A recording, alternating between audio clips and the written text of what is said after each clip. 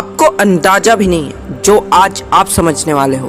बस 2 मिनट रुक जाइए। लेकिन इस वीडियो में जान डालने के लिए हमें लेट करना जरूरी है कि एक बाइक को हम मैक्सिमम 15 साल तक यूज कर सकते हैं। ये एक गवर्नमेंट पॉलिसी है। चलो कहानी की शुरुआत करते हैं। एक शहर में 2 दोस्त रहते हैं। एक का नाम श्याम होता है, दूसरे का नाम राम। श्याम एक क्लर्क होता है और उसका ऑफिस उसके घर से 6 किलोमीटर दूर होता है। इस दूरी की वजह से वह एक बाइक खरीदता है जिसका वह इस्तेमाल बस घर से ऑफिस जाने और ऑफिस से घर आने में करता है। और राम को नए नए जगहों पर घूमने का बहुत शौक होता है, जिसके लिए वे भी श्याम के साथ एक बाइक खरीदता है। राम उस बाइक का इस्तेमाल अपने हर शौक, हर काम, हर जरूरत के लिए करता है। और 15 साल बीतने के बाद श्याम के बाइक ने अब तक बस 6000 किलोमीटर की दूरी तय की थी, जिसकी वजह से अब भी उसकी बाइक में चमक था और अब भी उसे 10 से 12 साल इस्तेमाल किया जा सकता था। लेकिन गवर्नमेंट पॉलिसी की वजह से उसे बेचना पड़ता है, जिसका उसे दुख